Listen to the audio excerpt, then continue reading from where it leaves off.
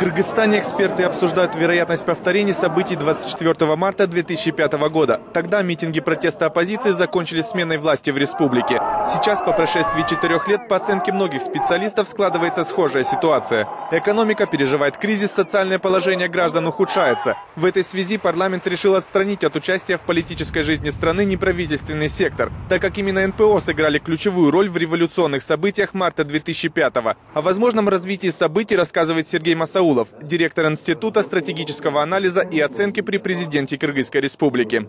Предпосылки есть в каждый момент. Почему? Потому что 2005 год лишил власть сакральности.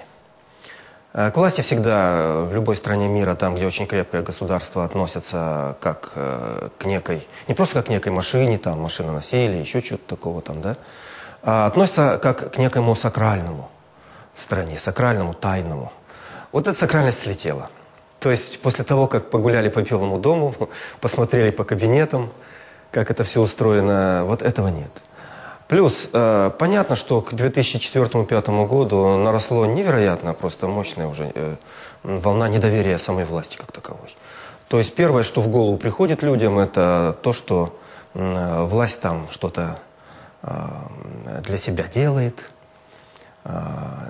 Люди приходят туда только для того и только исключительно для того, чтобы попользоваться.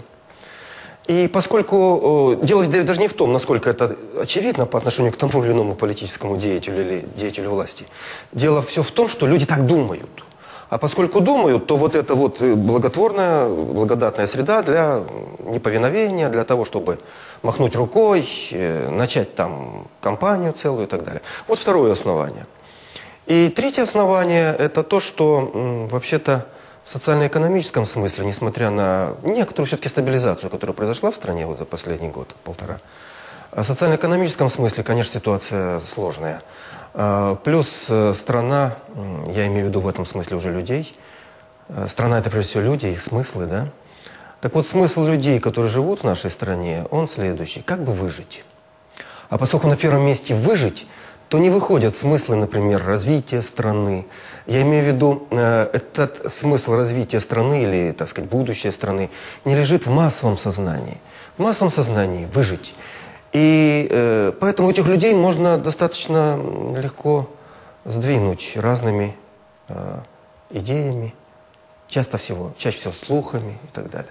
Вот три основания.